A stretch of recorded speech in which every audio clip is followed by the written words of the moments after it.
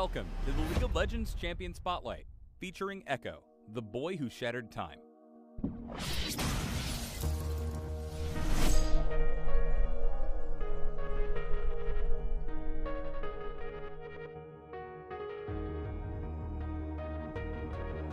This is how we say hello in Zon.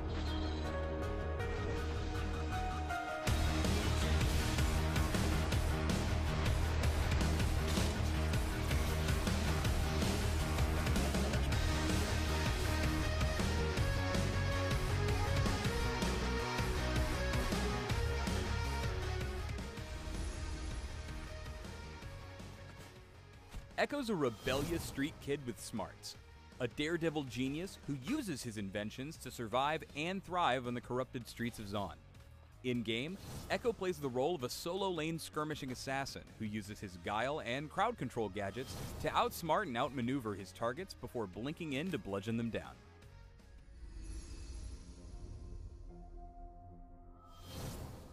Ekko's passive is Z-Drive Resonance. Whenever Ekko hits an enemy with a basic attack or damaging ability, he applies a stack of resonance. The stacks drop off after a few seconds, but if Ekko's able to thunk the same target 3 times in quick succession, the stacks trigger, dealing extra damage and slowing the target briefly. That's against minions and monsters. Triggering resonance on an enemy champion applies the same extra damage and slow, but also gives Ekko a brief speed boost. Finally, Ekko can apply resonance to multiple targets at the same time, and after triggering his stacks on a target, they briefly turn immune to his passive for a few seconds.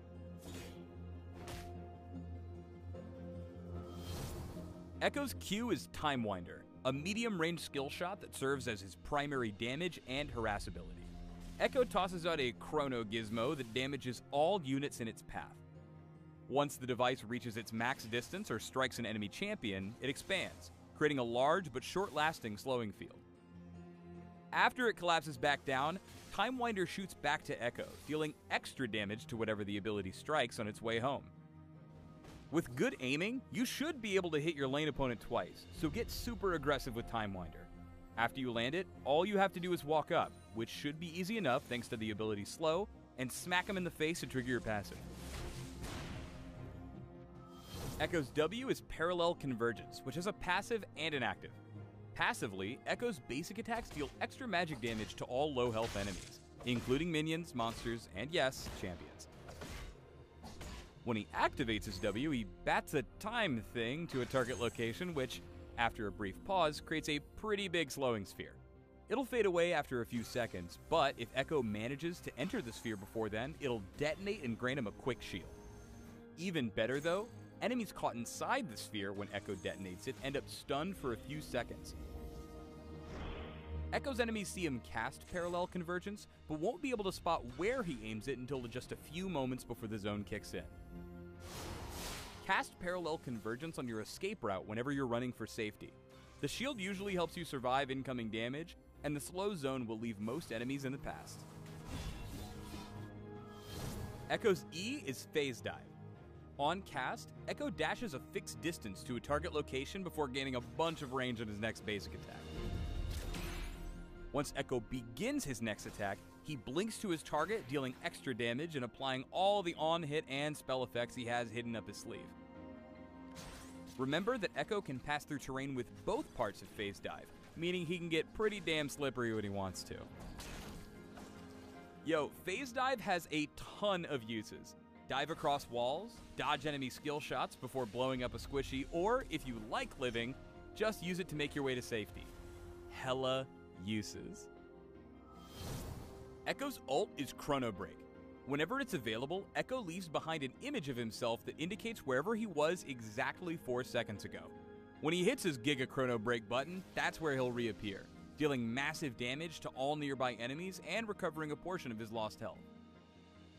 The trail is a super useful way for Ekko to keep track of where he's going to Chrono Break back to. But remember that it's not just him that can see it. Allies and enemies can too, although they will need vision of Ekko. Note that Ekko briefly turns untargetable and invulnerable whenever he uses Chrono Break, and that when he reappears, he'll heal up based on the amount of punishment he's taken over the last 4 seconds. Use Chrono Break to dive a little bit deeper, or abandon your teammates when the fight goes wrong. It's not your fault they can't time travel.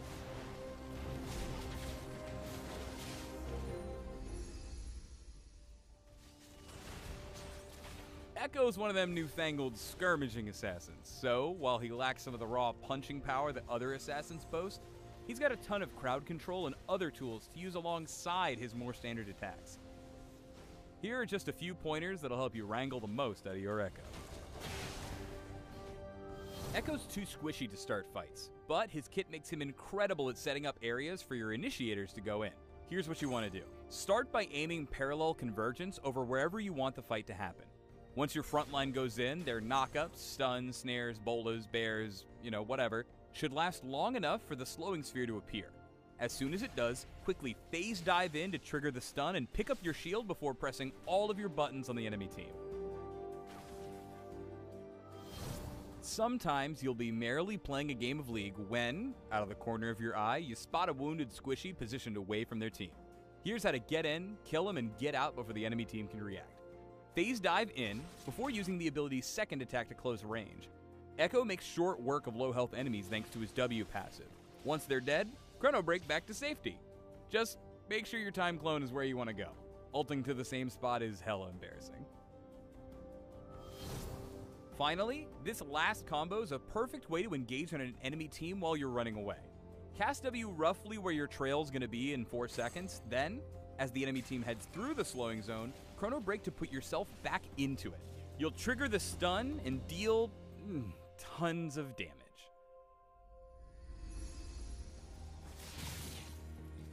Keep an eye out for opportunities where you can abuse your opponent's cooldowns.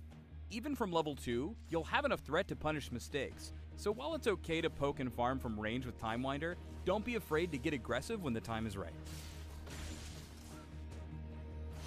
Chrono Break gives Ekko all of the tools he needs to go in and turn around seemingly lost fights.